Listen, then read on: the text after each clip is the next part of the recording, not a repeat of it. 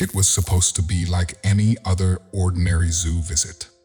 A sunny day, kids laughing, parents snapping pictures. But in the gorilla enclosure, something was different. Amara, a silverback gorilla, sat motionless in the farthest corner, staring blankly at the ground as if waiting for something. Zookeepers observed her from a distance, exchanging worried updates on their radios. "She hasn't eaten in days, and she won't respond," one of them reported. It had been weeks since she stopped showing any interest in her surroundings. Most visitors passed her by, disinterested in her stillness. But one boy, around 7 years old, approached quietly. He didn't shout or wave like the others. He simply stopped and pressed his hand to the glass.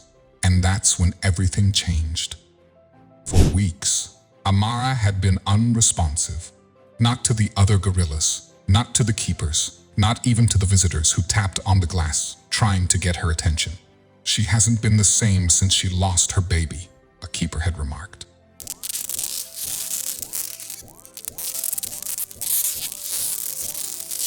Before we continue, please subscribe, hit the like button, and click the notification bell for more amazing stories to come.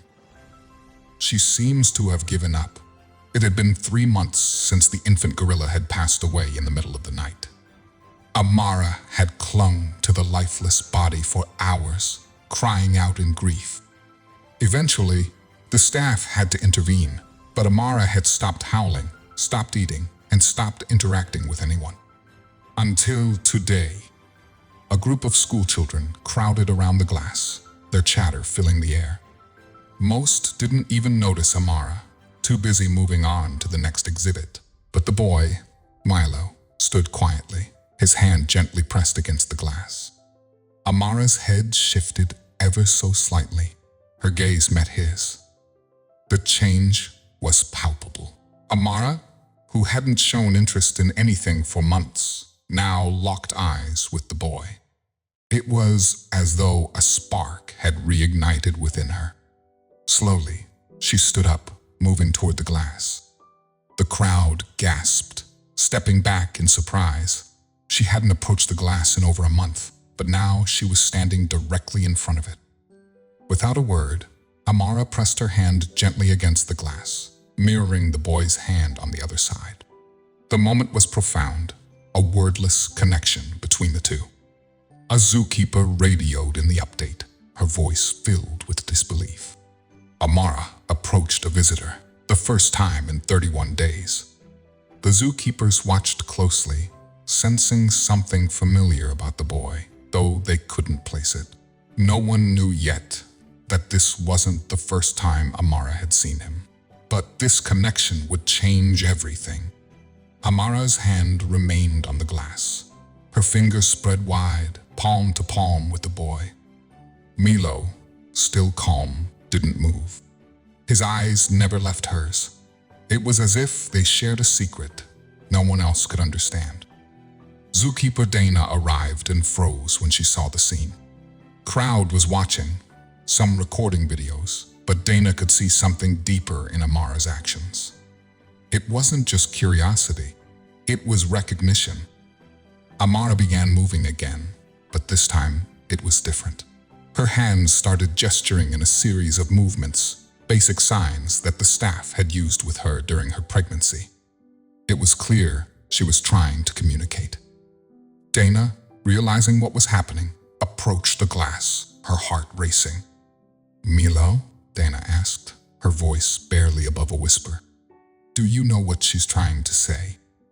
Milo tilted his head, studying Amara's gestures, his hand still pressed against the glass. His mother, Helen, moved closer and said softly, "Milo, do you remember coming here years ago?" Milo nodded slowly. "Yes," he said, but his memory was blurry. Dana, however, had been searching for something in the files. She quickly found a log entry from years ago. Milo Matthews, weekly visits, discontinued after infant loss. She stared at the page, her fingers trembling. Then she found an old photo Milo as a toddler. his hand pressed against the glass with a pregnant Amara on the other side. It was him, the same boy. At that moment, Dana realized that Amara wasn't just responding to a visitor. She was remembering the child she had bonded with long ago. Amara had remembered Milo, and Milo, still unaware of the full extent of the bond, felt something stir inside him. It wasn't just curiosity. It was recognition. The crowd watched, some silently wiping away tears, as the gorilla, after years of grief, reached out to the boy with a soft and deliberate gesture. Milo, still processing the connection, began mirroring Amara's actions, tapping on the glass in a slow rhythm. It was a game they had played years ago when he was small. Amara mimicked the taps, and for the first time in months, she made a soft rumbling sound, almost like a sigh of relief. Dana, watching from the side, could hardly believe it. "She's remembering him," she whispered. She never forgot. The crowd grew quieter, the initial spectacle fading into something deeper. Milo, now sitting on the ground, leaned toward his mother and whispered, "She's pretending I'm her baby." No one disagreed. What they were witnessing was something sacred, a bond that had endured through time and loss. As the day passed, Milo and Amara remained there, a silent connection between them. And in the weeks that followed, they continued to meet. Every visit, Milo brought drawings for Amara, and Amara greeted him with slow, deliberate movements. But this story wasn't just about an extraordinary encounter between a boy and a gorilla. It was about healing, memory, and the depth of love that can exist between different species. As Milo grew, so did his connection with Amara, and the bond between them proved to be life-changing for both. The zoo staff continued to monitor their interactions, but it was clear Amara was no longer just surviving. She was living again. The viral video of their reunion reached millions.